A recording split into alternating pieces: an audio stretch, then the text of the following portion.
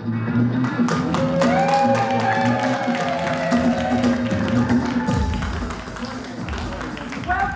to the Whickers DocFest podcast pitch 2024. I'm Jane Ray and I'm from the Whickers. I'm Lieven Heermans, I'm from Sheffield DocFest. I do podcast programming. And this is the second ever podcast pitch in the illustrious 31-year history of Sheffield Documentary Festival. So, You were thinking, since it's so early, let's get up and do a little dance. yes, so let's stand up, take it away. Come on everybody, let's get moving. Well done.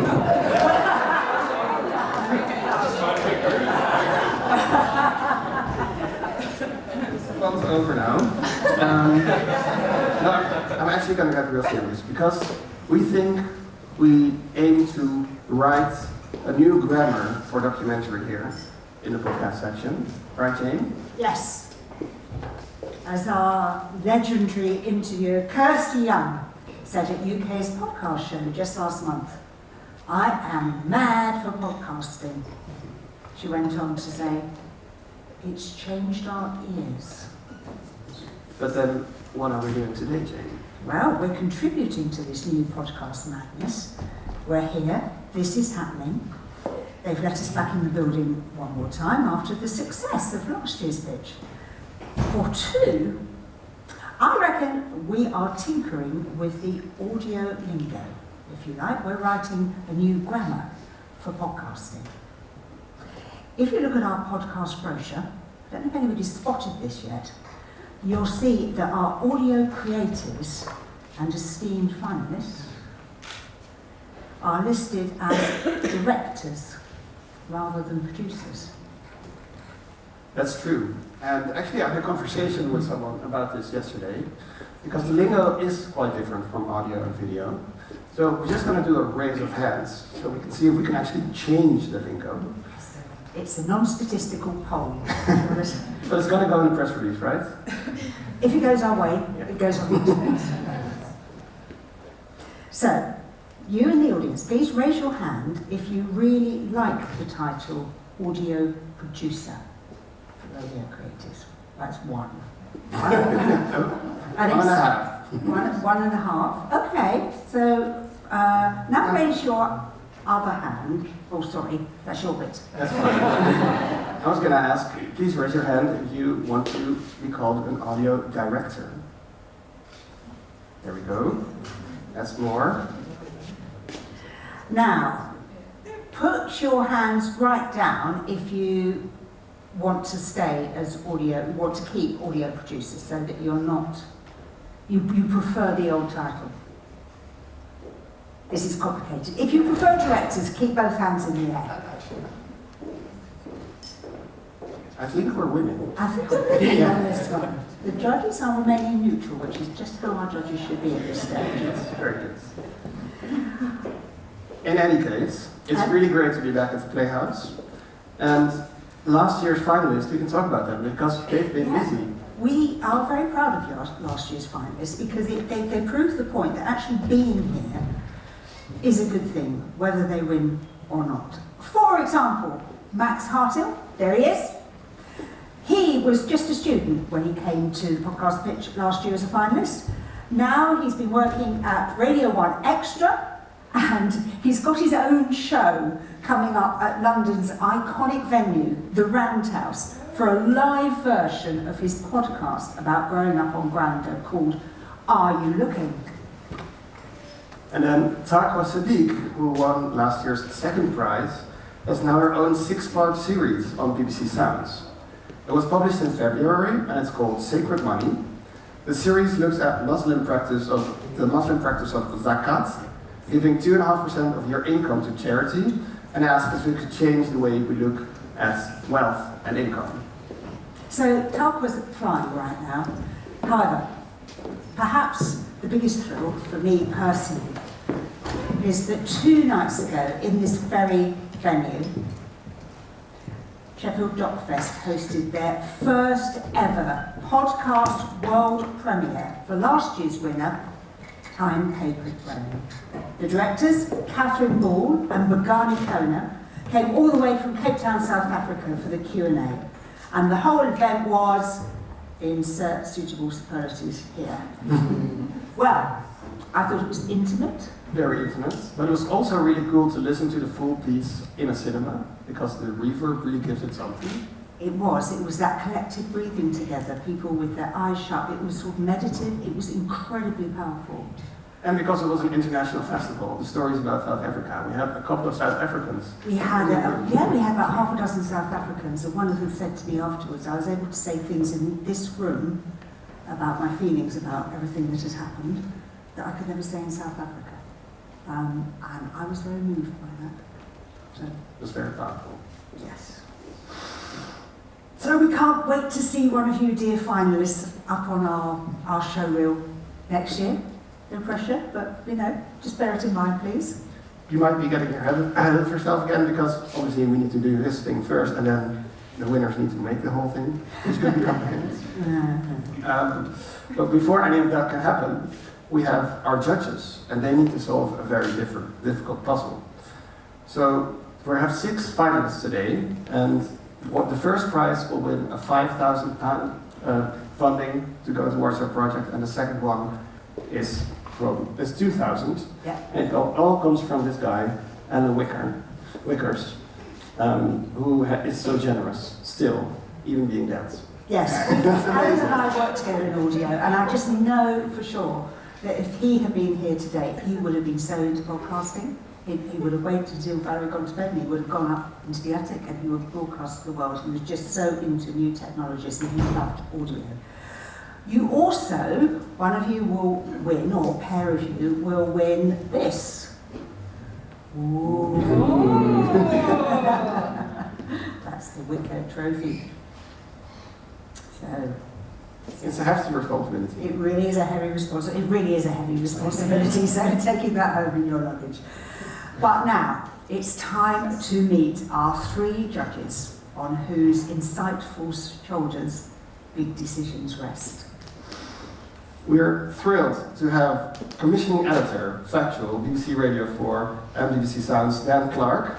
Please come on stage. Dan commissions narrative projects across all factual genres for Radio 4 and BBC Sounds. And before going into commissioning, he worked for BBC News. And as a producer and editor, he was recently the deputy editor at Newsnight. But yesterday, I checked the ticket sales actually. Yesterday we had a podcast premiere about this buried, the second season called The Last Witness. It was with Michael Sheen. And I checked the ticket sales, and we have outsold, until now, the Brian Eno film that's selling on Sunday. Woo! Selling on Sunday. So how do you feel about that? I think it's given us new ears. I think it's amazing. It's an amazing testament to podcast. I've seen pictures of you, Dan, queuing up to sign autographs. Yeah, of course. I got first in line. Do you know what? He was unbelievably generous with his time signing and meeting people. It was amazing. What a lovely guy. And the series is coming out next Saturday, right? That's 22nd. Yeah, he's coming out week Monday. Ah, good. Yeah. I'm going to subscribe to that. Now, I'd like to think that our next guest is my secret twin. I kind of ruined it because the first time I met her, I just said, oh, don't use the toilet on the right. And I thought this is not the way I really wanted to meet one of my heroes of broadcasting. We both spent a couple of decades producing talks and docs at BBC Radio, except that Michelle has better hair, and an MSc in Maths and Astrology. Astronomy. Of course, that was astronomy, of course, from the University of Sheffield. So this is a welcome return.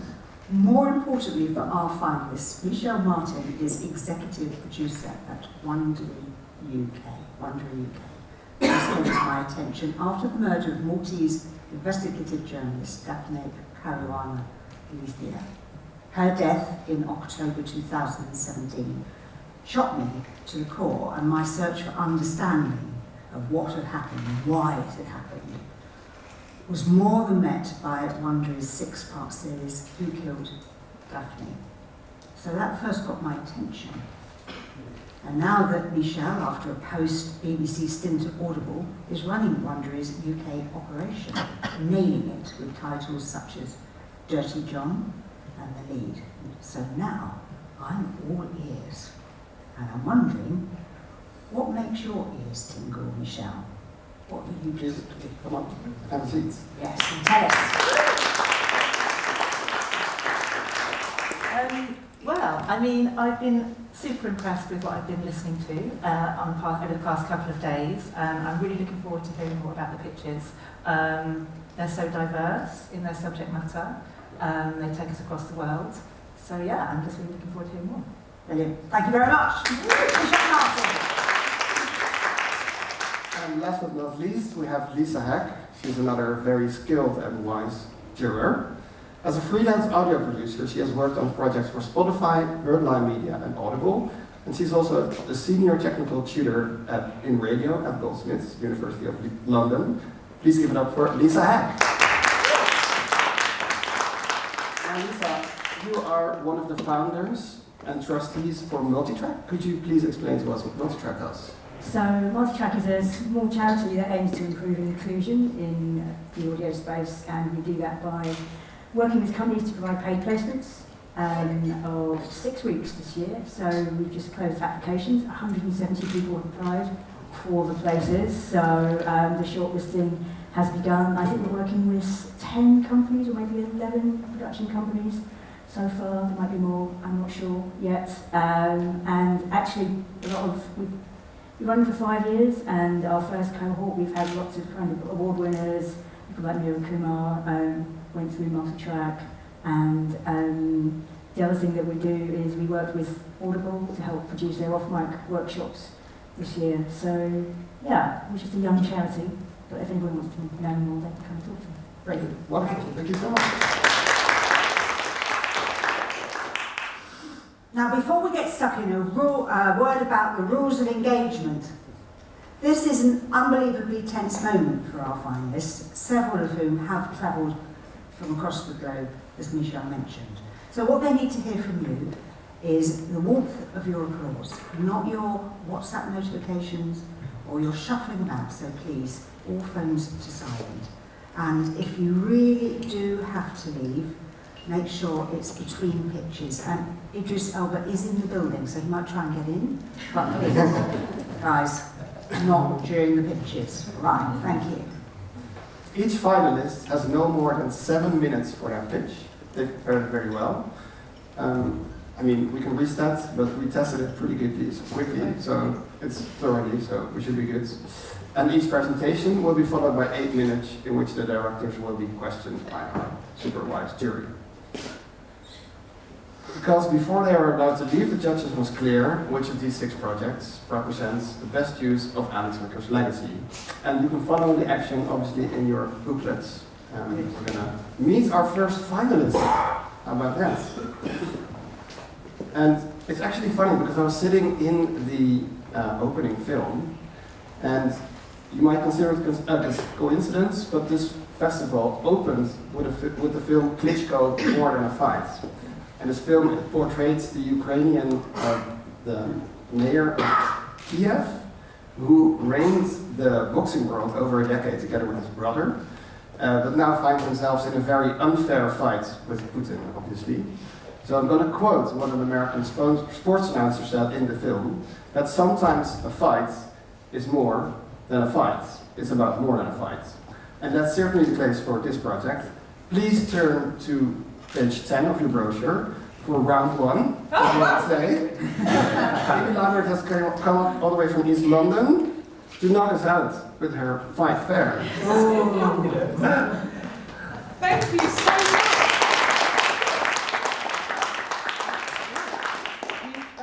Thank you, Nathan. Right. Do you know that feeling when the whole world seems to be against you? When you can feel yourself falling? When you're on the ropes and it's not looking good? And all you want to do is throw in the towel? Do you stop? Or do you fight?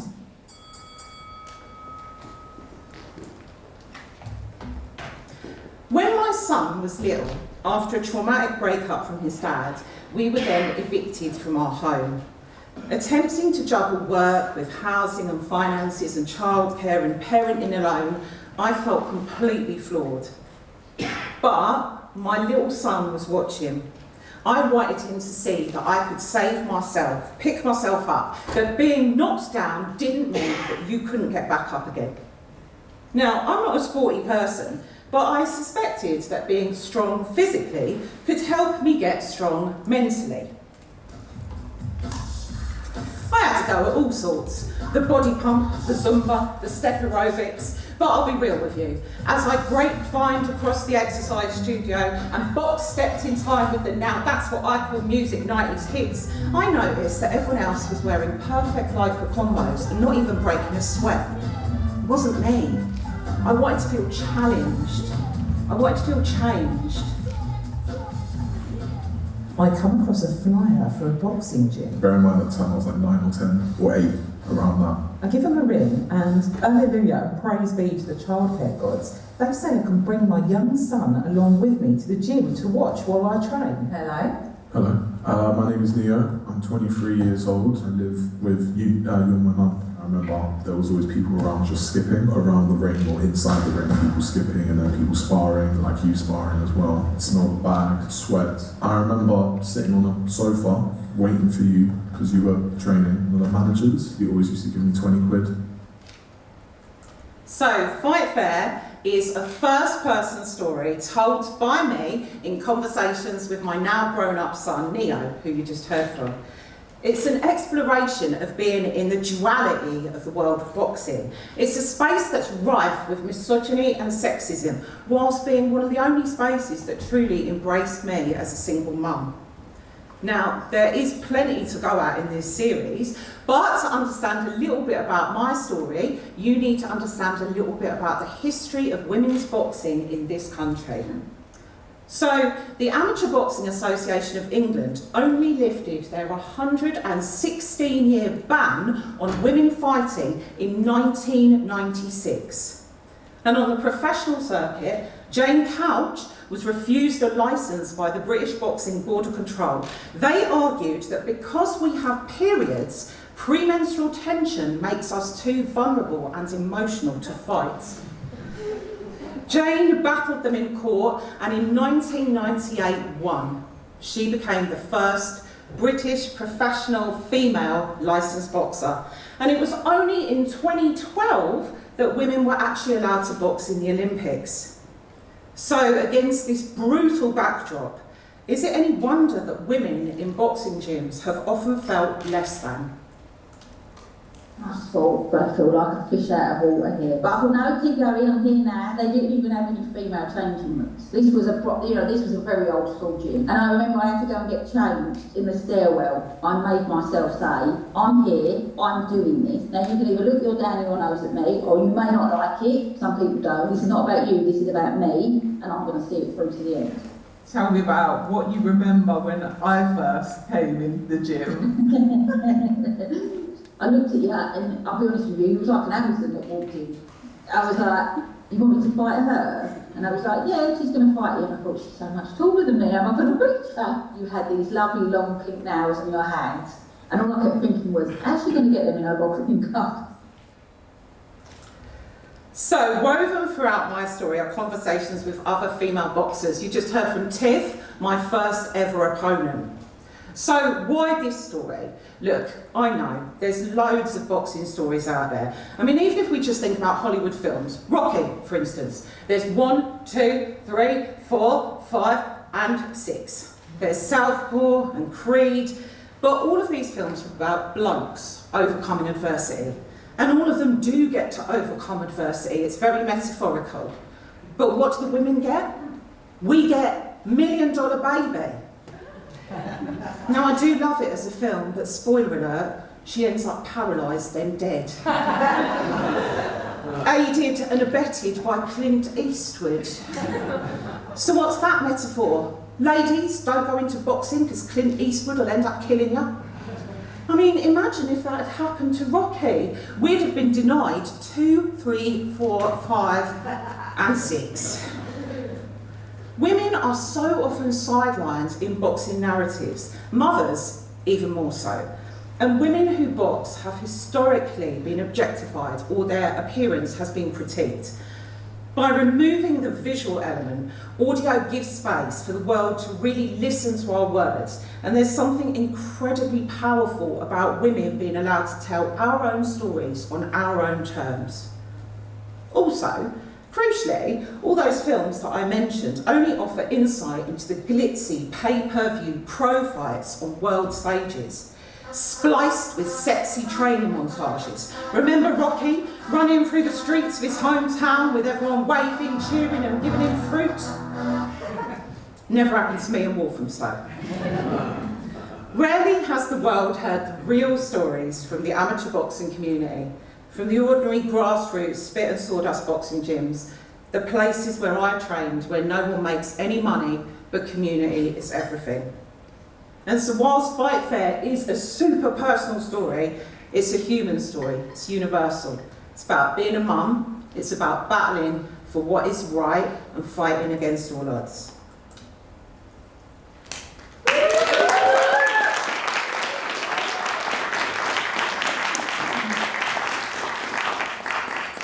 The time where I feel the most alive is all that community. To know I was going to the gym that night and I could punch the hell out of the bag. It can take a lot of space, and boxing isn't really much about being in someone's space. There's something about you stepping into the ring, it's like I'm in control, I'm choosing this. It's come along at a point where I was at quite a low, and I found this sport that physically and mentally made me feel 10 times better. As a child, seeing your mother step into a ring. People think they're just violent places and that they're not great for kids. God knows what they think we're doing in there. You wanted to feel powerful and show me that you were powerful.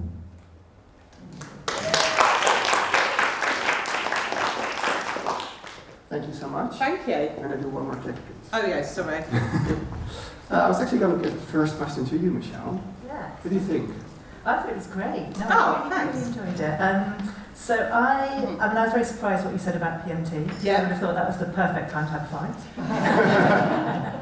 But I wondered actually, I mean, I've no doubt that there is a huge amount of sexist and misogyny inside training rooms, inside the boxing industry, but how will you show that on tape? Because it's quite difficult to get people to be sexist when you want them to be. Yeah. It's a really good question, thanks for that. I want to centre the stories of the women and the voices of the women. My work, so I've worked in theatre for about 20 years, and my work is all about women and elevating women, particularly marginalised women. You don't hear from single mothers, there's no positive representations. So I do want to centre the stories of the women more so than the stories of men. So this isn't going to be about me going into boxing gyms and trying to catch men out and say to men, oh, what do you really think about it? So yeah, I mean, there is an awful lot of misogyny online in the world of boxing, so I guess I could incorporate that into it. But the main thing is I want the women to be heard. I'm just going to go down here. No, I thought it was brilliant as well. Really lovely to meet you. So I had a question that when I was reading the pitch document, you were talking about conversations between yourself and your son. And I was really interested in that relationship as part of this series. Can you just tell me a bit more about how central that would be and what you kind of show really in the sort of evolution of your relationship as he's grown up? Yeah, I mean, it was lovely having a conversation with him, because when he came to the gyms with me, he was little. He was 8, 9, and it was really important that I had this space where I could have my son and I was celebrated as a mum. And I've never actually gone back to him as an adult and had a conversation about it until now. And so having that conversation with him, there's so much material. We spoke for hours about everything. He saw the impact it had on him. He took up boxing himself as well. He's way better than me at it. And it's kind of like the conversations that I have with him are going to be woven throughout. It's kind of like a coat hanger, hanging the story on it, but there's so much other material that I want to get through that. Yeah, does that answer that? Yeah, no, it does. I think I'm going around the house. That's great. Good, thank you. Lisa? I was wondering the same thing, Dan. I was thinking, I was really thought about wanted to hear more of the conversations with you and Nia. It would be good. I'm kind of wondering what kind of other sound worlds we're going to build around this? Okay, so I love that question because I'm so new to audio. I am studying part-time MA at UCL. I only started in October. My first time editing anything was in October. It was not pretty. I lost control of the computer, everything started flashing, I was like, I can't do it. So to even get to this point of editing this is massive, but I'm super aware that I need a lot of support. So I've got a brilliant sound engineer, sound designer on board. She's from East London.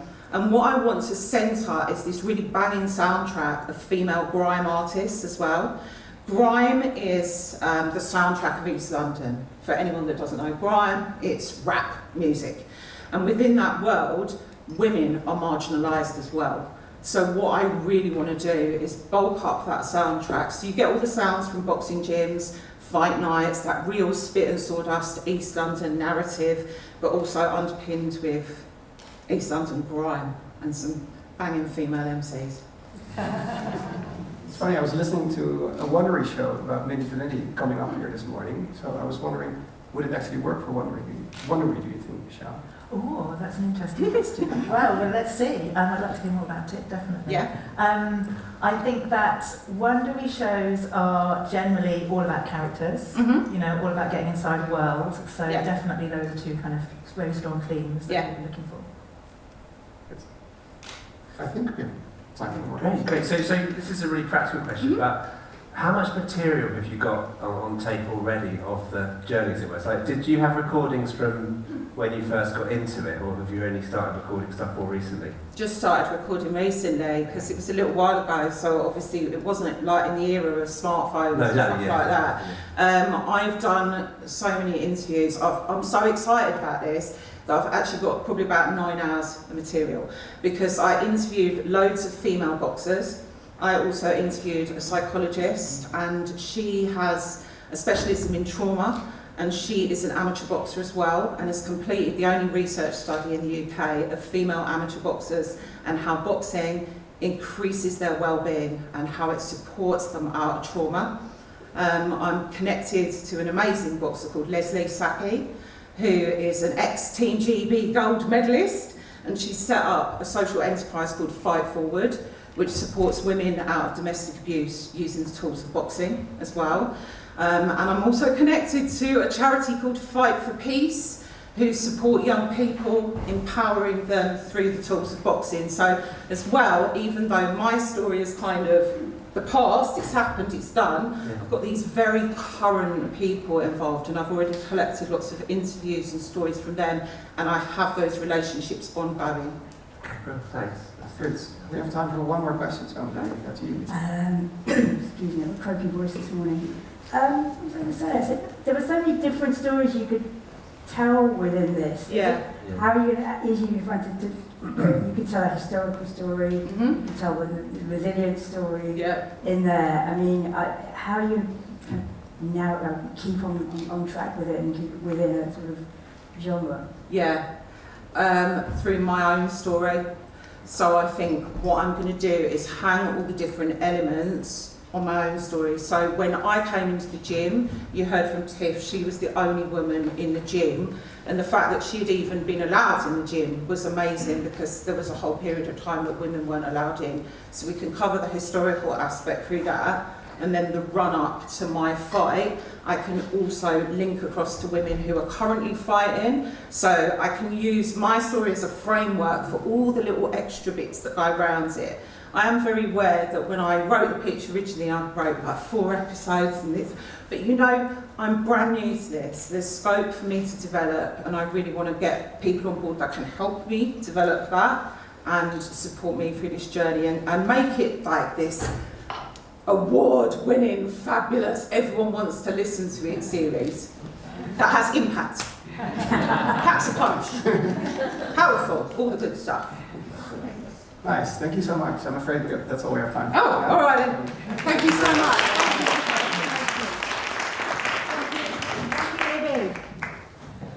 Now, please turn to page 14. In terms of physical distance, our second finalist has probably travelled the furthest to be here today. Matthew Durai, Matt, has come all the way from Kuala Lumpur to talk about his mum. Why? Well, according to one UK-based international charity, Matt's mum got the devastating news that one of us is receiving every 3 seconds. But if you think, sounds gloomy, it only means that you haven't met this award-winning podcaster. So let's do that now. Please give a very warm welcome to Matthew Durai with his project, Degenerate.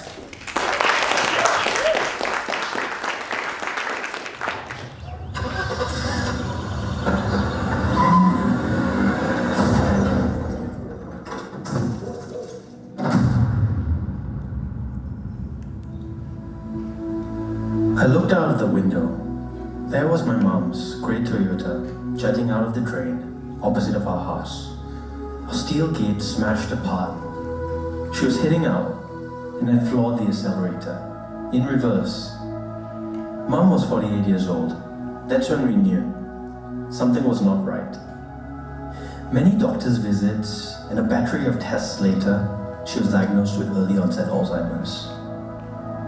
I needed answers. It was the early 2000s. Google was newish, and Google I did. Degenerative disease? Shit. Patients lose all cognitive and bodily functions? Shit. It's genetically passed on? Fuckity fuck. That was 20 years ago, and last January was the 10th year anniversary of Mom's passing. Right from the start, she was misdiagnosed for 2 years. Doctors thought it was menopause, because clearly somebody her age should not be getting dementia, right? Wrong. If I could bottle up my feelings during that initial period, the anger, confusion, fear and resentment, I wouldn't wish that storm on anyone. And that's just me. Mum would have been feeling 10 times worse. You see, she used to run the household. She used to take me and my sisters to and from school and to the many extracurricular activities she signed us up for. In between that, she was a head pharmacist at the local hospital, and on top of all that, she somehow managed to make us all feel 10 feet tall. It's like Jenga. You take out one critical piece, and it can all fall apart. And this is where the heart of the series will focus.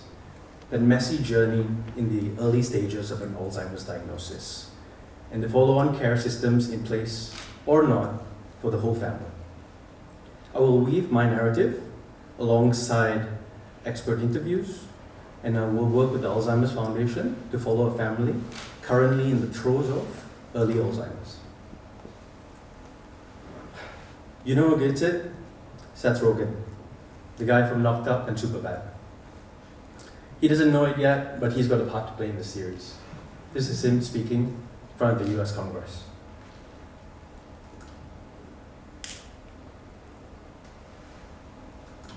Thank you for the opportunity to testify today and for the opportunity for me to be called an expert at something, because that's cool. I'm here to show people that they are not alone. So few people share their personal stories, so few people have something to relate to. I know that if me and my wife saw someone like me talking about this, it would probably make us feel a little less alone. Americans whisper the word Alzheimer's because their government whispers the word Alzheimer's. They whisper in the US. Where I'm from in Malaysia, it's pin drop silence. So I'll be making some noise in this podcast and learning from people who know better. In the last couple of months, I've talked to amazing people solving diverse problems. I've talked to a nurse from Dementia UK who provides genetic counseling for young families. I've talked to an American scientist who's on the cutting edge, developing blood tests that would revolutionize dementia diagnostics. I felt the weight of decisions facing families as I talked to an entrepreneur who runs a dementia care home. Children go through their own struggles to care for, especially the sandwich generation, right? When they have their own kids who are growing up and they have to care for elderly parents. It's a very, very difficult job, and the demanding jobs that we all have in India.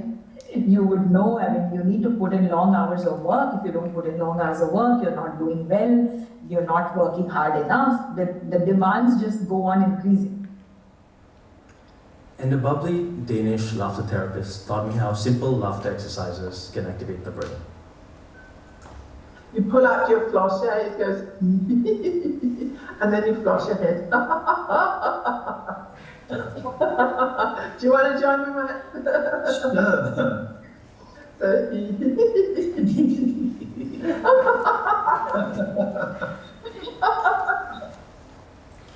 One interesting commonality from this initial group of people I talked to was that they were all driven by some form of personal experience. They had a grandmother, a father, an auntie who had dementia. And they used this as fuel to be a part of the solution. Speaking to them, there's almost a sense of kinship, of community. I get it, they get it. And maybe these conversations can help make sense of the storm before and after the Jenga piece gets taken away. I'm here today because having a partner alongside me at this early stage would ultimately open up doors to important voices and audiences for whom this podcast is made for. I wish I could have listened to this podcast 20 years ago. And whom I'm making it for is the caregiving family, wherever they may be. Because one thing I've learned is that problems and feelings are universal, just with different shades. And the point is, it's not all grey. Thank you.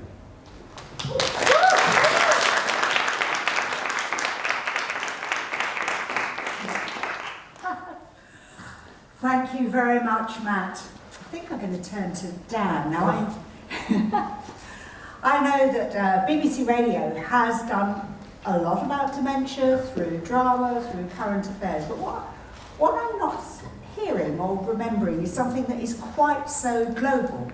Yeah. What are your thoughts? I mean, we did a series actually last year, which looked at the kind of very varied types of dementia, and early onset is obviously one of them that we don't talk about very much. And I think it's an incredibly valuable thing to do a big project on.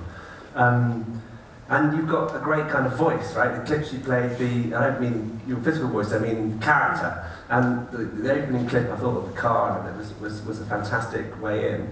But I guess my question is, all commissioners always ask these things, but it's how are you going to tell it?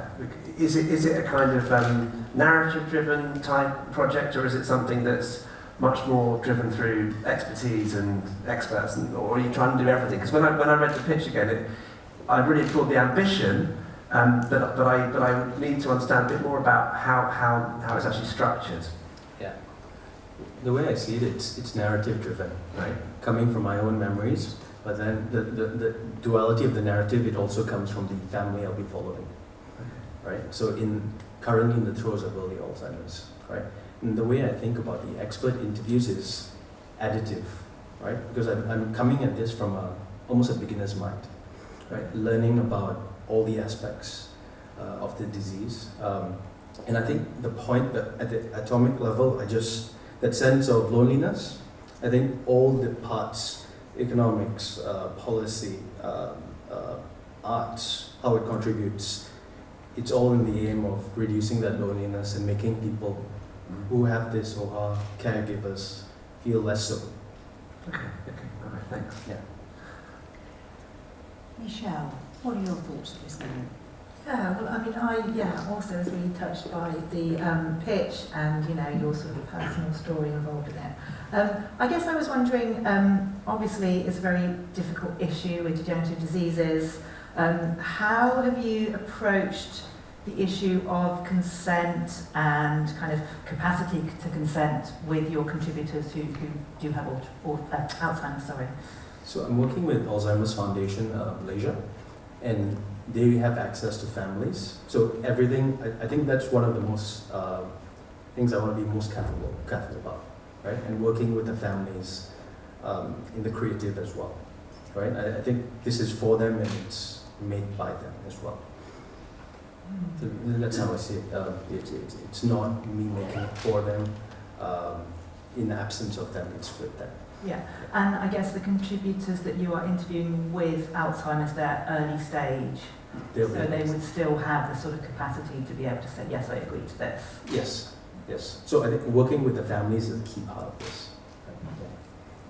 I suppose there is an element as well of anonymity that you can't easily give to film and TV, but that's one of the joys of radio. So I'm turning to Lisa, because there's all the obviously public benefit in this series, but also that's going to be, I assume, exploring the dark night of your own soul, because you've gone through this.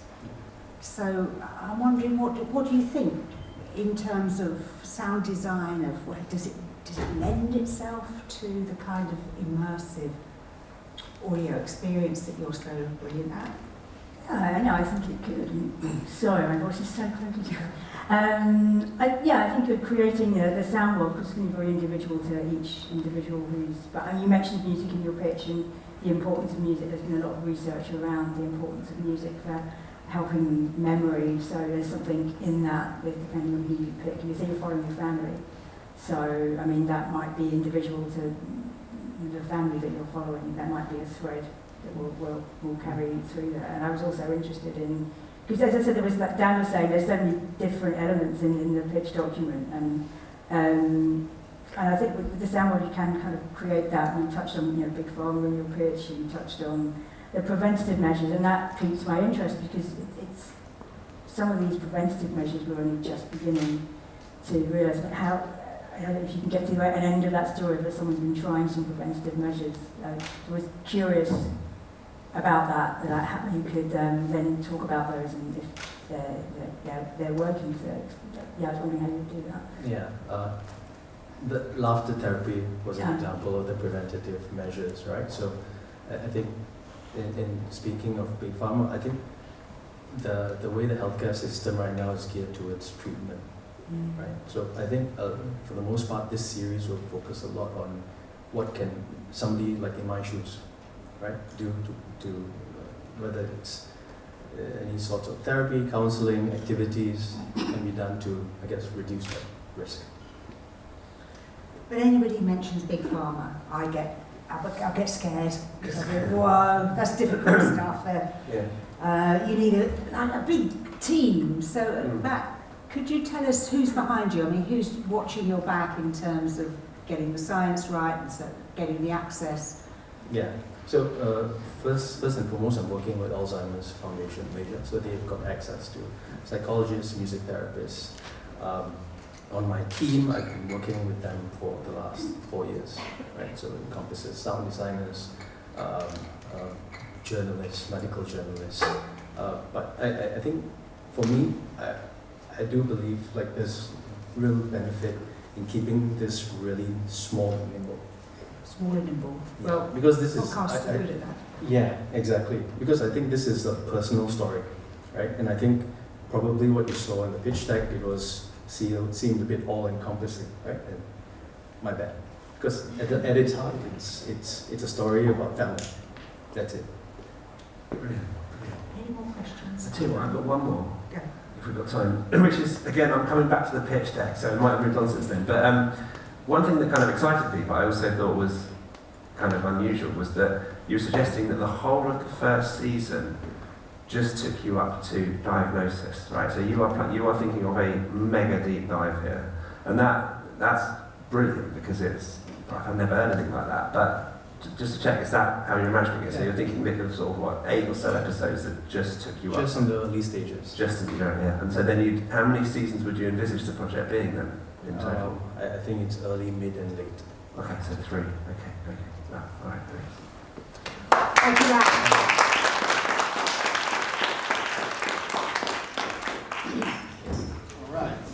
So next up, we have Christina Hardingen with Rewriting the Narrative.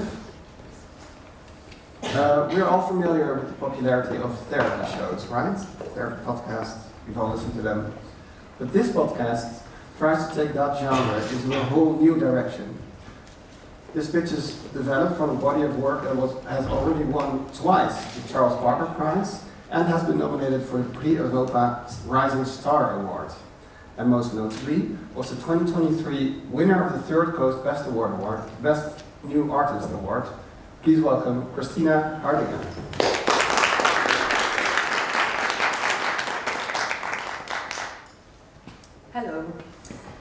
Rewriting the Narrative is a podcast that asks the question, what if you could rewrite the story of your own life? I'm going to dive straight in with the opening 4 minutes of a 15-minute episode, which is titled Alec Anonymous. I am intentionally not going to say any more than this because it can be more effective the less that you know when you first listen to this. So here it is, Alec Anonymous. Alec is selfish. Alec is a shapeshifter. Alec is manipulative. He loves to chat. He's short-tempered. He feels things in extremity. He kind of sits and smirks a lot. He's very slumpy, doesn't carry himself at all. Alec is sneaky, controlling. Alec smells really bad. Childish, embarrassing, doesn't have a big appetite. Alec can be volatile. I think Alec is lonely.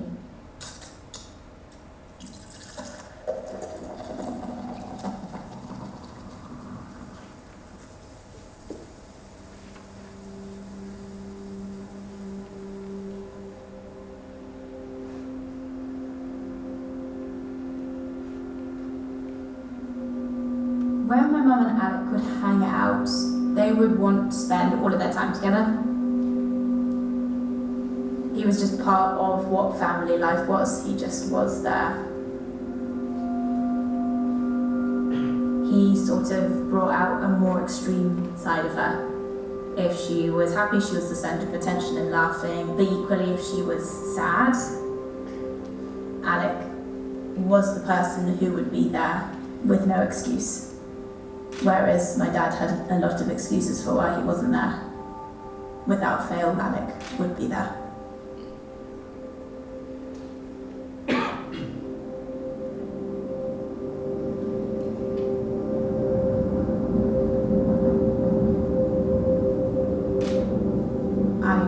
Take the tube home on my own from primary school, and right next to the tube station there was a little corner shop, and the guy in there I got to know very well because I would, without fail, stop in there to get myself a packet of fruit gums.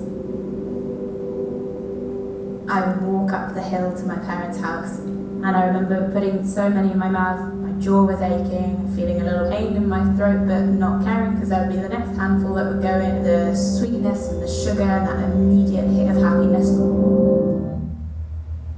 That was the thing that was going to prepare me to be able to go in and deal with whatever was happening at home. I just remember always walking into the house, very quiet with the door. I would hold my breath so that I could really tune into the house. If he was there and they were awake, then it was about trying to have as short a conversation as possible to placate whatever they wanted, but also just playing along with the fact that I was going to pretend that I couldn't see Alec was there at all when obviously it's so obvious that he's there, and then I try and get out of the room.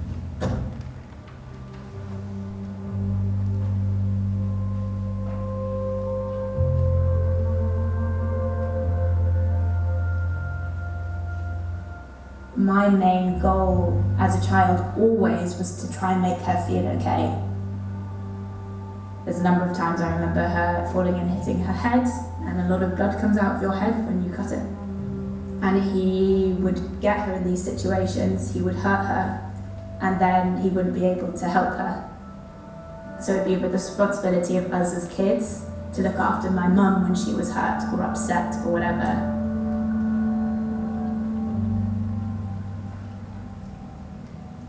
Acting as though someone isn't there who's having such a significant impact on your day-to-day life and your relationships makes you very unsure of your ability to judge anything. It kind of really warps your sense of reality.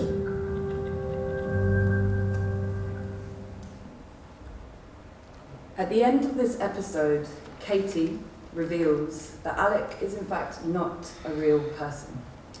He is her mum's alcoholism turned into a character, a process that Katie says has allowed her access to profound new perspectives and understandings of her experience as the child of an alcoholic, one she hasn't felt permission to access before. And I want to share the origin story of how this all came about. I was doing my MA in documentary at the same time as doing my training to become a counsellor. And I have been fascinated for a long time about the parallels between these two practices, particularly in how they might intersect, asking, can the documentary process be a helping one rather than a harmful one? So I decided to explore what would happen if I consciously and ethically adapt therapeutic devices for documentary storytelling, and what better person to try this out on but myself. I asked my mum and sister how they would feel if I interviewed them about my own dad's alcoholism by turning it into a character called Alison, and interviewing them about his relationship to her. It had been 5 years since he passed away, and they were up for it, and we did the interview. And it really, really worked. I heard my mum express emotions and feelings in ways I had never heard her do before. And Alison completely came to life as a living, breathing, uninvited member of our family. In fact, it worked too well and was too close for me at the time to work with, and it taught me how much holding participants in this process would need. So I asked someone I went to school with, who I knew had had similar experiences growing up, if she wanted to try this technique with me. And within 3 facilitated interview sessions, totally unscripted, the Alec that you just heard was born. I've since made several other pieces, Understanding Gwyn, which brings to life someone's grief, and Life Partners, which reframe someone's relationship with their body as a life partnership. And it is incredible how intuitively, authentically, and instantaneously these characters pour out of their creators because they are a part of them. So how does this transpire as a podcast? What I am pitching today is 5 initial original episodes of around 15 minutes in length, like the one that you just heard. This will be accompanied with a partner episode which has myself in conversation with the participant about the process, revealing all of the layers behind the scenes that are unfolding. I have every intention to continue this beyond the initial 5 episodes as a long-running, ongoing series. So to conclude, I'm going to ask you again, what if you could rewrite the story of your own life? And what if that story is one that you could never have imagined before telling it? Thank you.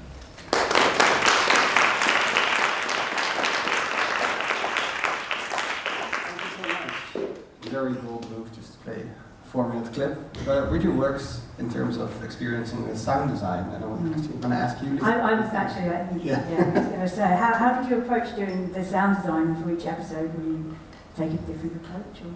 Yes, it's a good question. I'm going to use the grief episode as an example. So there's 2 parts to that. One is the character itself. What is that character when brought to life? So what does grief sound like? How does grief move? What is grief in sound? So there's that element. I work with a sound artist and composer. And then the other part is what does the person, the participant, who are they in sound? Like what is it to bring them as authentically to life, and the nuances of how they relate to grief or whatever the subject matter it is. What is it to do that as authentically to them as possible, which is part of the interview process with them. For example, I will ask them within a scene, to describe the sound, which I then pass on to the sound designer. So the intention at the core of it is that when the participant listens back to this, as much as possible, they're like, that is me. That's what's driving all of it. Yeah.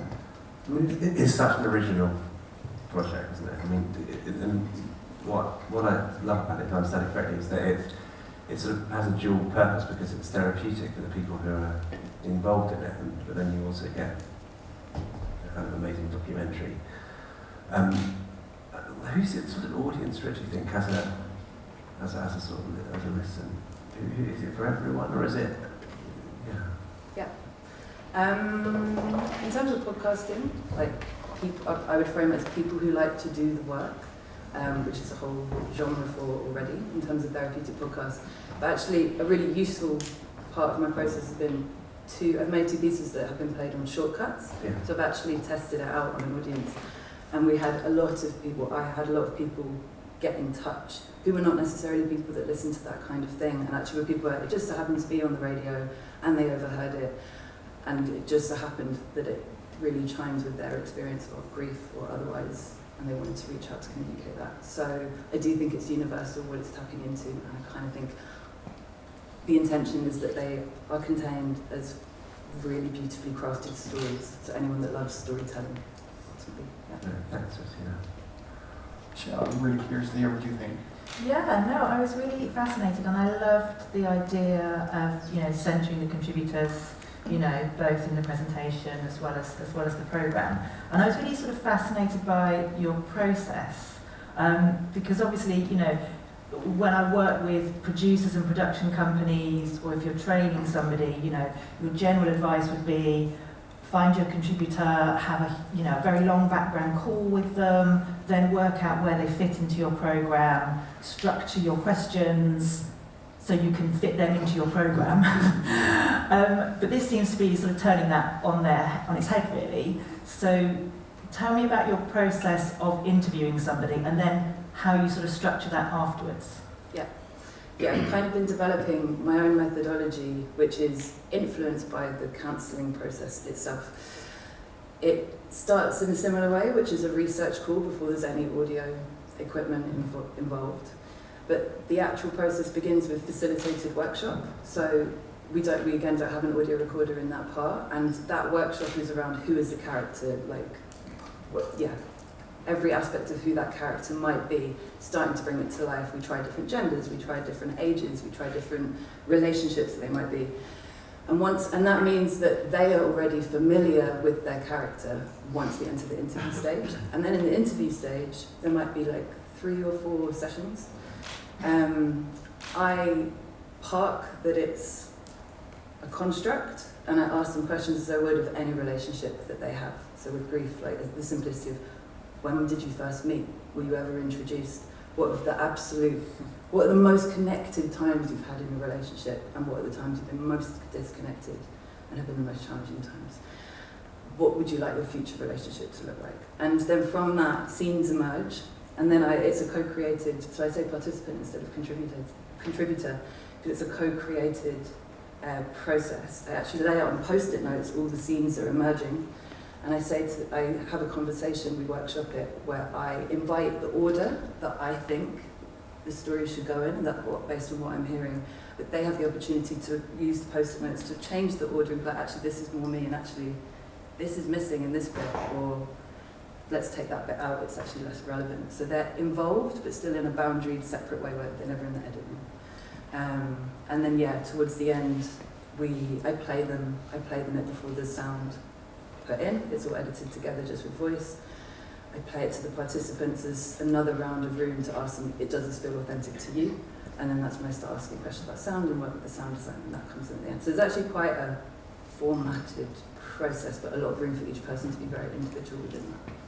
Yeah. And how do you find the participants? How do I find them? Yeah. I connect with them already in life, that doesn't mean I know them before. So just as 2 examples, understanding when I met someone on the dance floor at a festival and we both spoke about grief and I invited the process. Another person, I was on a retreat somewhere and she opened up to me about her experience of being diagnosed as an adult with autism and how she'd always felt like an alien in her childhood, and I invited how that could become an episode. So there's some level of trust, once I feel that there is some level of trust and connection mutually over the possible episode, I then, invite them in. It's not that I just research people and contact them outwardly. We're going to give a final question to you, Lisa. You're up for it. Yeah, you should answer everything I was going to ask you about the process. Oh, I know what I was going to say. You said there would be parallel episodes that they'd be explained. Will they come out at the same time, or we'll hear listen to voices first, or will we hear? Yeah, good question. So the intention is a little bit like how you might have experienced hearing this episode today in the pitch, and how people might have heard them before on the radio, which is you just hear the story as its own individual thing. And usually the immediate question people have after that is like, how did that come about? What was the process? So they will be released separately, one after the other. The primary thing is definitely the story of the episode you just heard. But there's always, and sometimes what I hear from people is that once they've heard about the process, and also it adds so much to their understanding, they go back and listen to the original story. So that's the idea of how they're partnered, and it's the one thing I haven't actually tried out yet, is the ordering and timing of how they'd be released. So that's actually TBC. Thanks so much.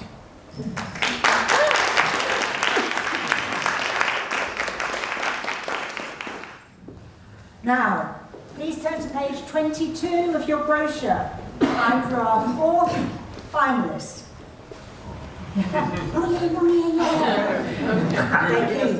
This man is so on fire, he got Wordle in one go this morning. He is so ready for this. You won't tell me what it is. If I said that they had just flown in from San Francisco by way of Korea and Washington, D.C., that wouldn't actually strictly be true. As a metaphor, it kind of works. Or does it? I mean, have I just been scuppered by the propaganda? That, in terms of there being a compelling truth, we're going to learn about balloons. Here to unveil a complex but extraordinary tale, please welcome podcast journalists Matteo Schimpf and Elise Manoukian.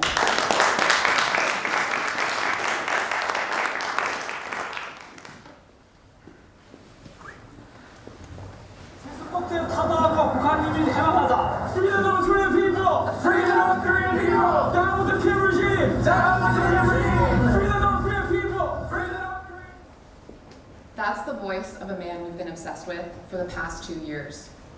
We've never met him, we've never been to his country, and we don't speak the same language. But we know everything about him. We've read every news article, we've listened to every soundbite, and we've spoken to many people in his circles. Here are some of the things that they've had to say. Park Sang-hak is really like a bulldozer, just full steam ahead, tuned up to 100% all the time. His nickname was Fireball. He's just this very brash and reckless personality. There was a time or two where I would be in the shower after coming home from an Interpol investigation where I just wished that maybe I wasn't painted with the same brush as Park Sang-hak.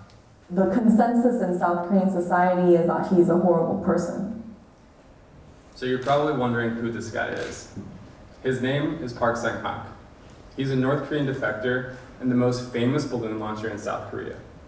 He's dedicated his entire life to spreading the truth to information-starved North Koreans using giant balloons. Here's how it works. He stuffs 25-foot tall plastic bags with anti-North Korean propaganda, South Korean dramas, and even counterfeit cash, fills those up with helium gas, and flies them over the most militarized border in the world and into North Korea. He's won international awards for his human rights activism. But that's not why we're interested in Park. The real reason is because we heard stories that he's a fraud. I'm Matteo Schimpf. And I'm Elise Manoukian. We're radio journalists from San Francisco.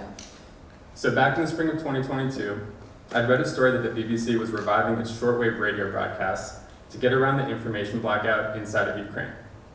And it got me thinking, how do people communicate with places that are cut off from the outside world? That's how we stumbled on the balloons and the very niche of community of activists who launched them. So we're about to introduce you to the second balloon activist. He taught our guy, Park, how to launch balloons in the early 2000s. And now he says it's his biggest regret.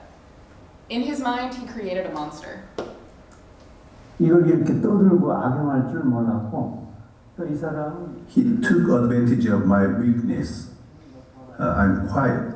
So he built himself up to be the main leading figure in this field by talking loudly about his work.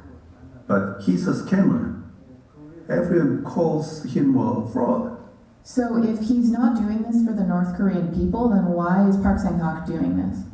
돈이 많이 알려지니까. It's simple. He does it for his own fame and money. Wow. We wondered why no one else was talking about this. Is South Korea's most prominent launcher really a fraud?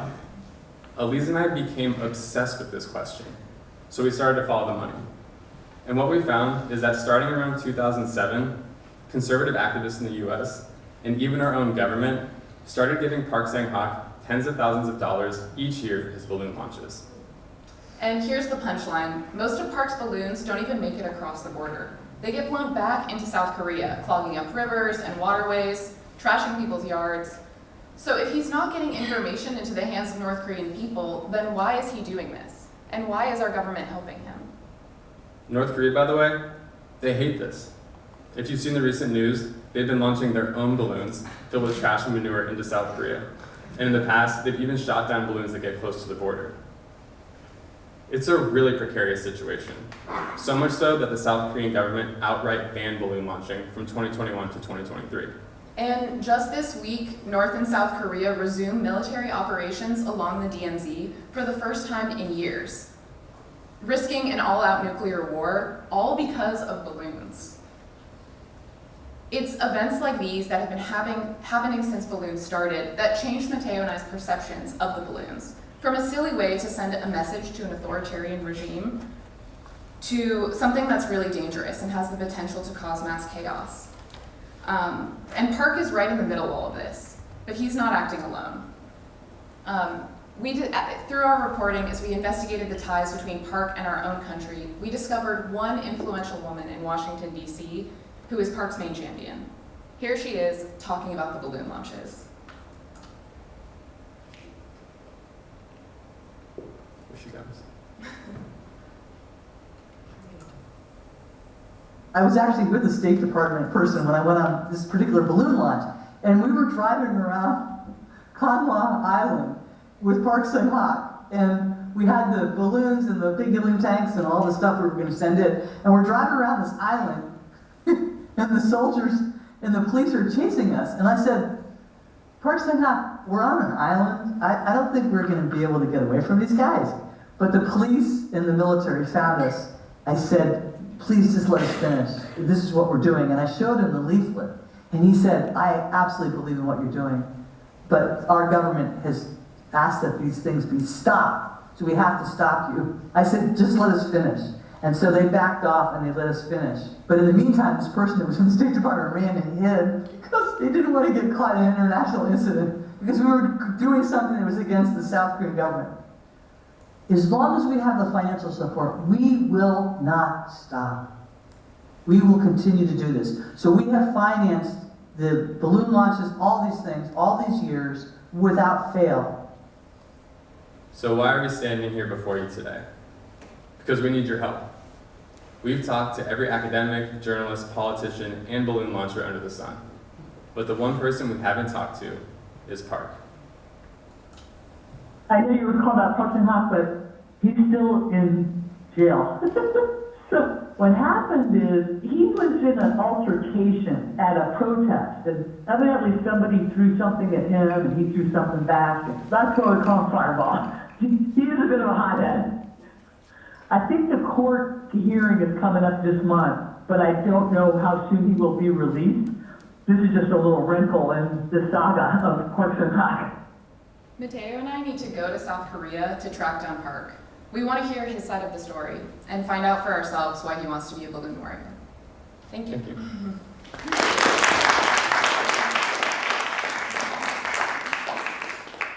So from Cold War to balloon wars, I'm wondering, Michelle, does this have all the twists and turns to take off at Wondering?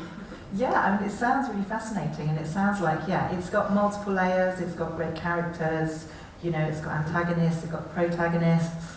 I was really interested in your access to Park. I mean, it sounds like he's still in jail. So, yeah, I was wondering how you're going to get access, have you made contact with him, what's your kind of way in? Well, actually, breaking news, Park got out of jail very recently, like in the past month. And we know this because his group has been launching statements. But we were corresponding with him before he went to jail for getting into a fight at a protest. And we have access to him through that woman, Suzanne, whose clip we played at the end. She's sort of his gatekeeper to the West. We we really want to interview him in person. All of the other interviews that you've heard and that we've conducted have all been remotely, and especially with Lee, who was the first North Korean defector that we played, it's really challenging to navigate these interviews remotely. So we're waiting for an opportunity to be able to go to South Korea and talk to Park ourselves. And what do you imagine the end of the story to be? Or have you got sort of alternative endings depending on what he says? Yeah, I mean, I think there's two different parts of kind of the fraudulent claims of Park's activism. One is the financial fraud, so the counterfeiting of cash, the misreporting of his own nonprofits, kind of like financial statements. And the other part are his motivations and ambitions. And I think the end of the story is us really grappling with whether we believe he's doing this to help the people of North Korea or whether he's just doing this for political celebrity and fame. And if he's also just become kind of a political pawn for conservative activists in the US. So the ending would be us going and asking him, but of course if we can't get him, we'll be creative and at least try. Yeah. Lisa, can you hear this yet? Can you hear it as a piece of audio? I was just trying to think about that, and I know that there's been some K-pop songs that have been involved, so I was just imagining some sort of little bits of K-pop in there. But how will you engage a composer or some kind of... I mean, I would love to work with a composer. I'm a self-taught engineer and sound designer, so I do, on the program where actually Elise and I met, I do all of the sound design and scoring for that. I just use canned music right now. The way I think of it, or at least the way that we've been producing some of the trailers, is more, you know, investigative kinds of music, more in the style of maybe like a This American Life or a serial production. But I would love to engage with a composer. That's like my dream, is to work with somebody who really knows what they're doing. What are your thoughts, Dan? Well, I think I kind of love the sort of whole territory of it. I think it sounds kind of so fun and sort of fascinating. But I guess I've got a question. It's quite a tough question in a way, but about, you know, in a way, what we've got here, we've got a guy that no one's heard of, right? Most people, and then you're telling us that he's a fraud. And in a way, before I want to hear he's a fraud, I want to know who he is and what he does and why he does it. And so I just want to understand how you're planning to kind of tell the story in relation to that issue, because I mean, I had to Google, I didn't know anything about these balloons, right? It's so fascinating, and I was like, bloody hell, these balloons, that's really interesting. And I was like, there's this guy, that's really interesting, and he's a fraud. And obviously that's a great thing to have for sort of narrative storytelling, you've got all these sort of twists, but just tell us a bit more about the way you see it unfolding. Yeah. I mean, I think we're doing a lot of world building here, so it surprises me when people haven't heard of the balloons because we've been so deeply... Yeah, I think that's it, and I think that's kind of my question. It's not on everyone's radar. So, you know, I think we're building this like an investigative case because we have talked to so many people like Lehman Bach, who is the other defector who launches balloons, who has worked with him closely, who has a very specific vantage point on him, as well as journalists in South Korea and other people who work in Washington, D.C., who observed the woman who's actually funding Park Sang-hak. So I think, in a way, throughout the series, we are building the case that these other people, some who are for him and some who are against him, of this man's fraudulence, of his activism. And I think, finally we kind of get like the witness testimony of how he wants to defend himself in that situation. So it's so important for us to let him speak for himself and his own story, but I do think the investigation is working towards him. And I see him appearing really as a voice, not until later. And how important is the dimension of the funding? Because that's something you talked about, it's in the pitch, the idea that it's kind of, evangelical groups funding. Tell us a bit more about that. Because it doesn't, we were chatting on the news saying, it doesn't really surprise me that the US would fund these things, because of course it's, Western. So what's the significance of where the money's coming from? Yeah, I mean, I think for us, it's really that the U.S. continues, especially, individual activists, these people are very ideological, can really put their thumb on the scale of the geopolitical relationships of an entire region. This one woman who feels very strongly about saving the people of North Korea has inserted herself into this tinderbox, right? And while it's not surprising, you can also see how it's really problematic, where there's militarization, or there's at least resuming of military activities along the border. because of these things. It's like, is that really what you want to achieve with these balloons? Is that the point? And they're very clear that they want to overthrow the Kim regime. You know, that's their goal. And it's like, is that this woman's place to be doing that? No, I think it is surprising that it's kind of just random individuals getting involved rather than kind of governments and stuff. So I didn't mean to say it wasn't surprising. Yeah, the power of activists who have a lot of sway and are very influential in Washington. I just wanted to add to that, in lieu of Park, because he was in jail and also hospitalized at one point while we were trying to track him down, the U.S. really does become a character in this story, told through the woman who you heard at the end. Yeah. I had another question as well, actually. Please, yeah. What kind of on-the-ground actuality are you going to be able to record? Because obviously when you're telling a story from a different country, you really want to go there and hear things happening. Like, what are you going to be able to capture on tape, do you think? So it was really interesting when we started reporting this story. As Matteo mentioned, balloons were banned, and then the ban actually got lifted this year. And so for a while, we couldn't access recordings of, or we could not go and record balloon launchers. So we were relying heavily on archives, found footage, things that people would share with us. We at one point even built our own balloon and launched it in LA just to see what would happen. It didn't go well. Yeah, it's really hard. So you have recordings of that? Yes. Yeah. And so things like that. But ideally, especially now that it's legal again, we'd love to go and spend more time with these people who we've built these relationships with and get some of that sound ourselves. Yeah, I will say we have a group of stringers and freelancers that we work with in South Korea. So that tape that you heard, there was someone who went and recorded this man in the little tiny home that he lives out in the woods where he constructs his balloons. So we have folks on the ground in South Korea who we're working with. Just to be clear, where did that ban come from? Who instigated the ban? South Korea. South Korea. So it was just the South Korea ban. Yes. Correct, but it's part of this kind of diplomatic tightrope that these two countries walk. So the regimes that are more in favor of diplomatic negotiations with North Korea, they don't like the balloons, and the very conservative regimes tend to look more favorably on poking the bear. Champion. Oh, I think we have to leave it there. Thank you very much.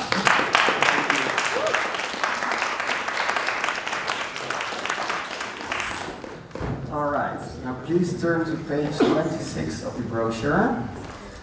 I see some people coming in and out up there. You probably don't have brochures, so please come down after the session and get one so you can really visit all the projects. And I don't know about you, but I really like podcasts not because they can strike me emotionally, but also intellectually.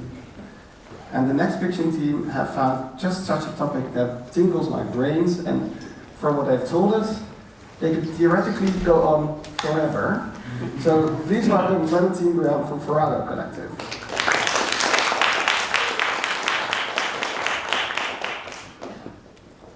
Yeti hunting permits, a man named Mr. Salmon Dream, treasonous poetry, and being jailed for wearing a silk scarf. What am I talking about? Rules. Each of the situations is based on very real, very strange laws that either exist or have existed. How do these rules come about? That's what we're trying to find out in our podcast, Rules Apply. This series is a brainchild of 9 documentary filmmakers from different countries who found themselves stranded in the land of laws, Germany. Living there, we became obsessed with rules, especially the ones that made no sense. We grew to be consumed, and that led us to research rabbit holes and a need to share what we've learned with the world. The result is the first 6 episodes of what I'm going to present to you today. It's a lazy Sunday afternoon in Taipei, Taiwan in 2021. College student Ma is laying on her couch, scrolling through her phone when an ad pops up. Do you like sushi? Does your name have the word salmon in it? Well, then you're in luck. At Sushibu, you'll be treated to all the sushi you can eat for 2 whole days. All you need to do is show us your ID card. Our motto is, give a man a fish and he'll eat for a day. Name your child after a fish and you'll eat for 2 days. Ma's stomach growls. She could go for some free sushi. Unfortunately, her name doesn't have salmon in it. So she fills in a form and changes her official name to Bao Chang Giyu, or explosive, good-looking salmon. 2 days later, after she's eaten all the sushi she can, and the promotion ends, there's a problem. Explosive, good-looking salmon can't change her name back to Ma because of some tricky Taiwanese name laws. But what's in a name, really? Yes, that's right. 300 people changed their names for a fruit promotion in Taiwan, only to find out they couldn't change them back. The local news called it salmon chaos. Then we'll take you to Germany, where in 2016, a comedian was prosecuted for reading a crude poem about the Turkish president on TV. Why? Because of a largely forgotten law from 1871, where Germans were forbidden from mocking heads of state of any country. From international politics, we'll go even bigger, space politics. Did you know right now, in a room somewhere around the world, a group of people are scrambling to create protocols and rules for aliens? We picture their meetings will sound a bit like this. It's the present day on planet Earth. Inside a small conference room, squeezed around a table, a delegation of world reps swivel in hard office chairs under flicking fluorescents, drinking weak coffee in paper cups. They are tasked with an unusual mission, creating the official regulations and protocols for contact with alien life. Turns out this isn't an easy task. Okay, so who's gonna establish communication first? Who's in the chain of command? What if they're made of goo? Who does cleanup? Sorry I'm late calling in. Have we talked goo cleanup? Truth is, no one knows what aliens look like. No one knows if we'll ever meet one. Is it possible to create laws around the unknown? Best of luck to them. It's not like making rules for living beings we know nothing about has ever gone wrong, right? Then we'll go back to 1700s Italy, where hundreds of anti-luxury laws have been implemented across the country. They govern things like how fancy your hat can be, or how emotional you can be at a funeral. Next, we'll head to Norway, where we'll see the consequences of very strict censorship laws as they play out. The year is 2002. It's 8 p.m. We're in a gym at a high school in Oslo, Norway. 20 soccer moms are sitting in a row, hunched over stacks of porn magazines. They flip through the glossy pages methodically, putting big black stickers on all visible penises and vulvas. Why are they doing this? Good evening. It's July 1st, 1969. Our top story. Denmark is the first nation in the world to legalize pornography. Well coddled. Looks like Danish magazine racks are going to get a little more exposed. While neighboring Denmark starts getting more lewd, Norway leans more prudish. You're allowed to distribute porn shipped in from Denmark, but a vaguely worded law mandates that any content deemed offensive must be censored, leaving one Norwegian magazine editor overworked, having to hire a string of volunteers to put stickers all over his life's work. Tonight, he's decided, censorship be damned. Who gets to define what offensive is anyway? I don't want to spoil too much, but his master plan did involve sending pornography to the major politicians in Norway and a pretty explicit PowerPoint slideshow. Finally, we go to Nepal, where a local law regulating yeti hunting caused quite a stir when the US decided to translate it and republish it. Does that mean the yeti is real? Maybe, maybe not. But it was a pretty powerful political tool for the US during the Cold War. In this series, we want to take our listeners on a journey through the origins of each of these laws, their consequences, and the implications. The voice you heard is Hedda, who will be the lead of our podcast, along with our team of researchers. We call them collectors. Each episode will feature a deep dive into one law through a conversation between the host and a collector.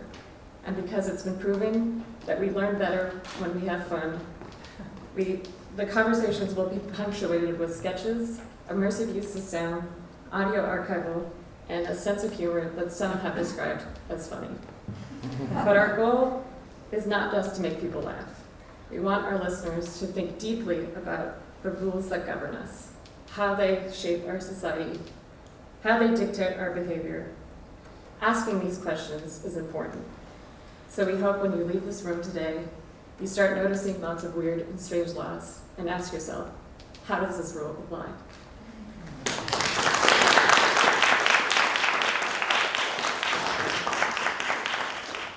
Well, it's kind of obvious to give you the first question then as a fact-check commissioner. Great. Lots of rules at the BBC. And we love rules. I mean, look, it's such a fertile lens through which to look at the world, right? Because it's just, as soon as you start thinking about it, there's, laws and rules governing absolutely everything. So it's kind of endless. And I guess, you said that you want to make it funny. My first thought when you were talking was that, it would suit a really quite explicitly comic treatment in my mind. Like you could imagine it as a kind of panel show or a game, or that kind of thing when people are guessing, are these true, are these not, are these?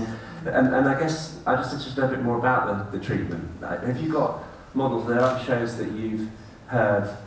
Because at the other end of the spectrum, you've got something like 100% invisible. 95% invisible, it sort of feels a bit like as well, which is not like that at all. But tell me a bit more about the treatment and the kind of the tone. You went into it a little bit at the end. I just want to know a bit more about that. Yeah, so we kind of modelers after things like Radiolab or The Big Flop or Ologies, where you kind of insert these fun elements into the conversations that you have with between the people. And our people would be our host, Hedda, who you heard on these clips, and then our researchers, who've done all the work to basically be experts on these laws.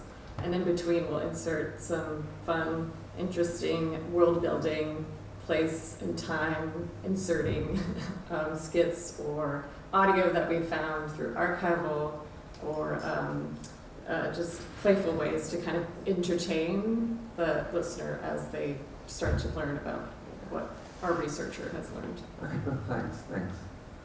What do you think, Michelle? Yeah, I think it's fascinating, and I really like the sort of variety in places in the world and different laws. I mean, some of them struck me as really fertile territory. Obviously, like the laws that govern how you get in contact with aliens. The porn laws. Obviously, there's going to be a huge amount to talk about in those programs. I guess I was wondering with some of the others how you'll find the kind of richer territory, like the explosive, good-looking salmon lady. I mean, what kind of territory would you want to explore from that story as a jumping-off point? So we really when we were reading about the naming laws, we actually found out that several countries have pretty restrictive naming laws. And it's quite fascinating because names, sometimes I guess you don't really think about it too much, but they're connected to religion, culture, history. There's so much in a name that when governments start to restrict them, then they start trying to strip away people's freedoms to express themselves. So that's kind of the bigger story that we're kind of digging into there. Lisa? You mentioned use of immersive sound that you're going to use in there. How do you see that? So we're kind of hoping to find cultural references from the places we go to, like music or soundscapes from those places, like if you're in the streets or if you're in a restaurant there, what those things would sound like. We try to find those references. And then place and time, so if it's a historic one, try to find some archival stuff that we found. Like for the Yeti, we actually found the original expedition interviews that they did with some of the British explorers.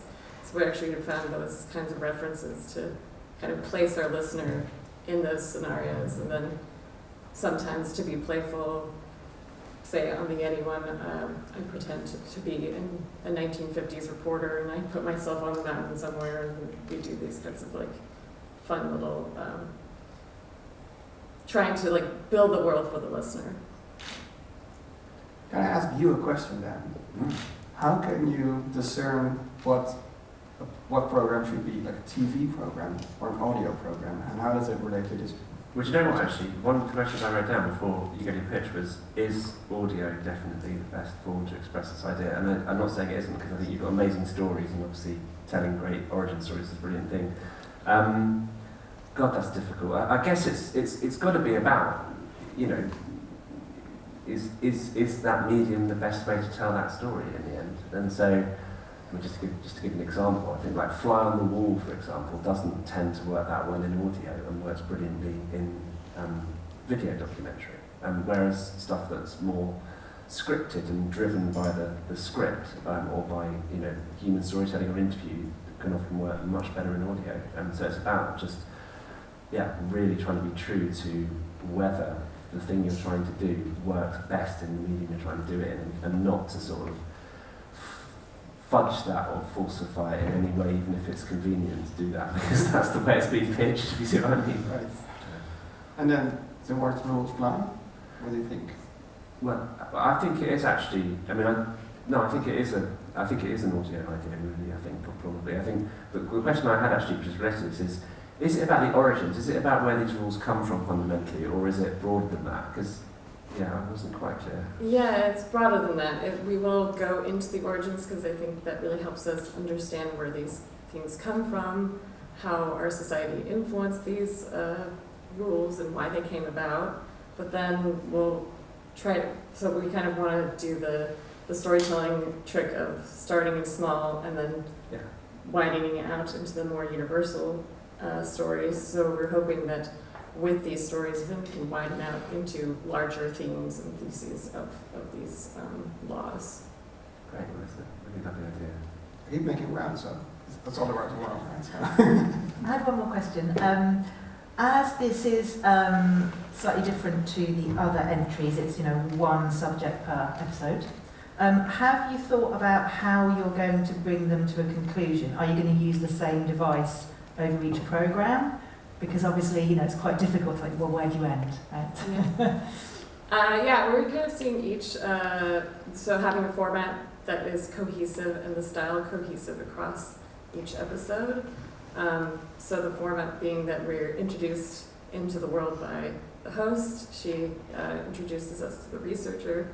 They start their conversation, and in between we have kind of the playful world-building audio soundscape for that. And then the end, hopefully, by the end of the conversation, we get to the larger story, the more universal themes of the story, so we can conclude with. And we don't want to have the answers, because what really we want to do is leave the listener, by the end of the episode, asking themselves questions about things that maybe in their life could correlate to this one specific law that they heard about. So yeah. I think we have time for one more question. That's Lisa. No, I think when you were just saying something like that, I could kind of hear, I could hear a bit more about what would be in each one. So will you tackle kind of light-hearted rules or kind of more serious aspects of rules as well? So, this is a tough one. I think we're still kind of battling with how we will get into the darker, harder parts of the laws. We do want to try to keep it lighthearted. The world is pretty stressful right now, and that's kind of why we came up with this idea, because we really want people to find joy in learning and listening to this series. But we believe that once we get into the more larger universal stories and talking about the themes and theses at the end of our episodes, there will be some philosophical reflections that are a little bit more serious, and try to hint that we understand that these, laws are difficult, and they do sometimes become oppressive and things like that. Wonderful. Thank you so much. Thank you.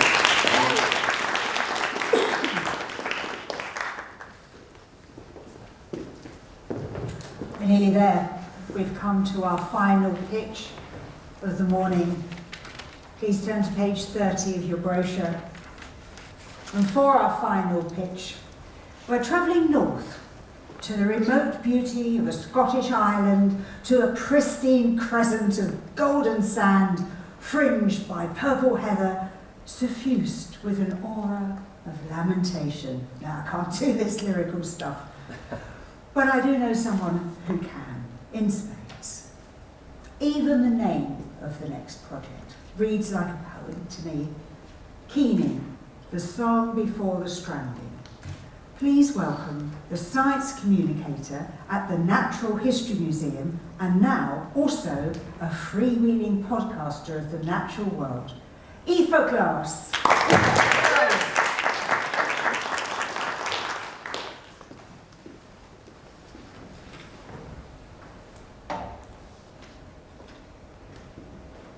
M371.1/T3. M371.13/T3. M371.27/T3. M371.49/T3. What do those numbers mean to you? Do they make you feel anything? Are you curious? These numbers hold special significance to the people you're about to hear.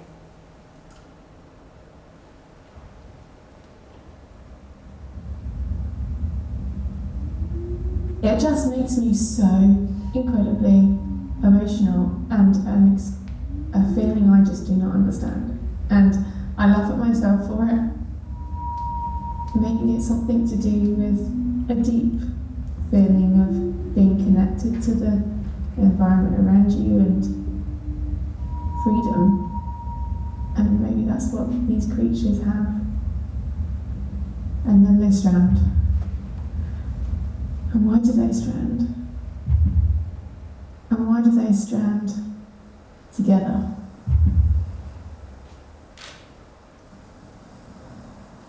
I was sitting there, and then there was a knock on my door, and it was a tourist who was camping just down the way. And they were kind of distressed, saying, oh, there's a whale on the beach. Yeah, I came out the door, ran down, and there it was. And I guess they come to shore to die sometimes. That was the voice of Sam Gare, a visual artist and one of the key voices in this podcast, and Ben, a wildlife ranger, both based in the islands of the Outer Hebrides in Scotland. And they're talking about stranded whales. Each of the scientific reference numbers I listed represents a whale from one mass stranding event that took place on the Isle of Lewis in 2023. There are 55 similar numbers representing 55 long-finned pilot whales that were found on the beach that day. But behind those numbers are individuals, calves, gestating mothers, matriarchs, brothers, together making up a pod with bonds so strong it may have led them to their deaths. And when they died, their unique song died with them. When the stranding was discovered in that liminal space between the human world and the world of the whales, the local community tried desperately to help, refloating the animals and soothing them by singing. Sadly, they were unsuccessful, and this event marked the highest number of cetacean deaths in the UK for at least 58 years. The connections forged between whales and humans in those hours and their subsequent deaths had a huge impact on those present on the beach that day, like Mari from British Divers Marine Life Rescue. They were all lying nose to tail, very close to each other, most of them were. And there was one down at the shoreline that kept arcing its tail, and it was quite long, looked like a small calf. People were getting very upset by the sight of this calf at the water's edge, just helpless on its own away from the pod, and this one had already been a subject of a refloating attempt 3 times, but kept coming back to the beach because its mother was on the beach, and after the 3rd attempt it was decided not to refloat that calf, and it did keep moving and flailing its tail up in the air and arcing its body for a couple of hours, 3 hours perhaps, while we were there on the beach, and then eventually it stopped moving. Members of the public kept approaching me, asking me to please do something, and the whole thing was really quite distressing and quite heartbreaking. Sam's voice will guide us through the human response to the stranding as she develops a transient piece of artwork created in collaboration with that community, taking the form of whale sand sculptures on the beach where the stranding took place, which will offer the community space to symbolically return the whales to the sea, explore their grief, and, we hope, offer closure. We'll be sharing the stories and voices of the community those involved in the rescue attempts and those involved with the stranding.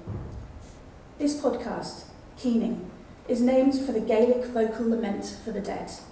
It's anchored in the music and culture of the islands and expresses the grief felt by those involved. Music and voices are an important part of this story. Whale pods have their own unique song, and when the pod is lost, so too is this. But working with composer Alex South, we will create a new song, giving each individual back its voice, weaving them into the narrative and making the whales the heart of this story. You'll hear some of his work shortly. We will bring the individual stories of the pods to life, sharing their imagined journeys across the world's oceans and their journeys beyond death, where samples and specimens and measurements taken from each individual are analysed by scientists and researchers. We'll hear about the work these researchers and others who have made the study of whales their life's work, including artists and writers and musicians, are doing to help us understand these mysterious animals and answer the question Sam asked in the beginning: why do strandings happen, and why do whales strand together?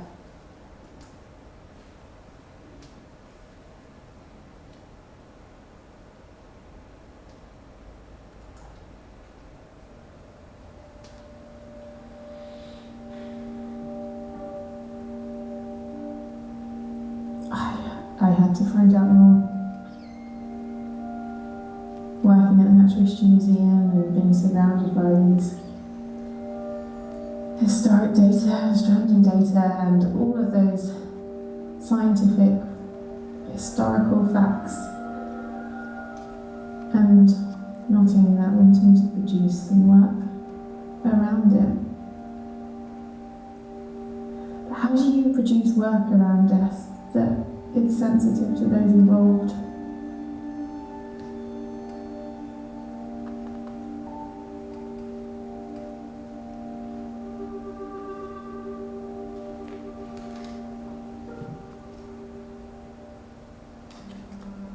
Thank you.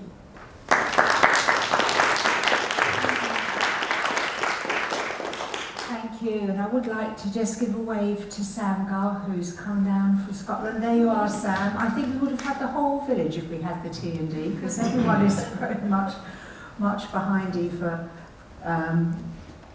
I was very touched, I have to say, reading Aoife's original proposal, where she said, you have to say who you think it would appeal to. Aoife said, I think it would appeal to anyone who's particularly passionate about cetaceans, who are a very charismatic group of animals. So Lisa, I'm going to ask you, could you hazard a guess if there's going to be a wider appeal to this kind of work? I think so. I was very drawn in by the audio when I first reviewed this pitch. I was it really brought it to life when I heard all the different aspects of the music and the words and everything else. And I think so. I think it's something that my background was in music before, so it's so actually then hearing the music, and then it was like, I started having pictures in my head, which is always a good thing with something audio. So I was interested that with the music you were saying there were going to be, was it all the pods we brought to life, or the individual whales? Yes, so we can't do all 55. Yeah. But Alex is creating a composition where I think we're going to pick maybe 6 whales from the pod to focus on, to echo the structure of doing 6 podcast episodes. So each verse will be dedicated to an individual, so we'll have a calf. There's a mother. We think that the stranding happened because a mother was having difficulty giving birth, got into difficulty, and the pod followed her to shore. So the mother, the matriarch, which we can identify from the analysis of the results. So each verse will tell the story of an individual whale within the pod, but then the chorus will be the pod all together, moving together, singing together. And we want to symbolically continue that song that stopped on the beach that day, but it will live on in this music and in this podcast. Thank you. Dan, it's about science and discovery and analysis, but it's also about grief and lamentation. I mean, that's quite a difficult thing to schedule, is it not? Well, do you know what, actually? We had a documentary about a whale stranding on Radio 4 just a couple of weeks ago. So this is not a million miles away from the sorts of things we're interested in. I think where it becomes more of a challenge is as a multi-part project for us. I mean, I know this isn't for us, but actually my question kind of pertains to that, because I could hear how this would make a really moving single programme. And when I had a look at the pitch, I was really interested in how you were thinking of making it multi-part. But could you tell me a bit more about that? I think you said that you were going to recreate one of the sort of journeys of one of the whales. How do you actually do that in practice? So we know that these whales, these individuals, they're not local to that area. They travel the globe, like the oceans are their home. So they're not rooted in any one particular location. So we wanted to start each episode with the music and with the story of an individual whale to sort of bring them to life from numbers to something that you can identify with, a point of connection, something that you would care about, like a story that you can engage with. And then through that, look more into the science and research around whales, so explore what we understand about them, but then bring that back to Sam's work as she works with the local community, and we meet the local community who are involved in that stranding, but also the wider stranding research community around it, to sort of hear their stories. And we're sort of following the journey of the whales, their imagined journey of the whales ending at the beach and then beyond, but then also parallel to that, the journey of Sam as she researches, moving towards this final art piece that will be the culmination of the project. Great, sounds very ambitious. Michelle, your question? Yeah, I was really interested in this one because I used to be in science journalism in the science unit at the BBC, and it sounded like a really interesting way in to talk about the science. I guess my question was, how were you going to talk about the science? Because obviously you've got these great stories about each whale, and I was interested in how you would find that out, their story for a start, and then how you would kind of segue into talking about the science and the research, whilst keeping it like really connected to each whale. So each whale that was sampled is allocated a number, and from each whale samples are taken that are then analysed and researched that tells us more about why strandings happen, the condition of the whale, more about the individual, how they're related to other whales in the pod. So we start with the number, bring the number to life by imagining the life of the individual whale, and through the research that's been done on those samples, talking to experts. So we're working with Scottish Marine Animal Stranding Scheme, British Divers Marine Life Rescue and the Natural History Museum. We'll bring in different expert voices that will add a piece to the puzzle in every episode that tells us a little bit more about the lifestyle of these animals that we really still don't know an awful lot about, but also the picture of why strandings are happening, the human impact on the ocean and on these animals, and how that might lead or contribute to strandings. Any more questions? I mean, I guess I didn't know whether this had a presenter with it, or whether it was a kind of montage of different contributors and obviously the music. So, depending on budget, it will either be presented by myself with incorporating audio diaries and conversations with Sam, and contributions from interviews that we'll conduct with the wider stranding community and the local community, and various scientific experts. And then we're working with Alex to create the music, but we also would like to bring in an element of scripted storytelling for the part where we're imagining the lives of the whales, which will have different voices come in and perform that. So working with the performers, And was there recordings from the time of the stranding? There are recordings from the time. They're mostly video recordings that we need to take the audio from. There's obviously a lot of wind noise, so that's part of the problem with those. But we do have a lot of first-hand witness testimonies, such as Mari from the beach that day, so we'll be able to weave that into it.